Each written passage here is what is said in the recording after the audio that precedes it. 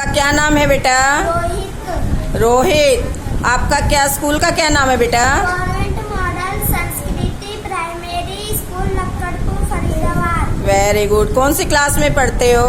कक्षा 4। मैम का क्या नाम है? रेखा Raj Sharma ma'am. Very good. ये आज आपने क्या बनाया बेटा? एक विंडो एसी।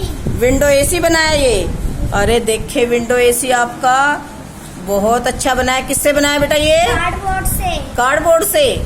अच्छा, और क्या क्या चीजें यूज करी आपने इसमें? मोटर और उसकी वो तार। अच्छा। बैटरी और स्विच। स्विच। ये चलता भी है? Yes ma'am. अच्छा, आप चला के दिखाओगे इसको? दिखाओ चला के। अरे वाह, वेरी गुड। ये तो बहुत अच्छा चल रहा है। बंद करो। बंद हो गया, फिर से चलाओ।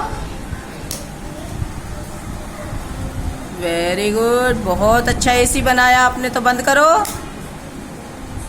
ये देखो, ये हमारे स्कूल का छोटा सा नन्हा सा होनहार बच्चा विंडो एसी बना दिया है रोहित पटेल ने। वेरी गुड बेटा, वेरी नाइस। क्लैपिंग करो इसके लिए।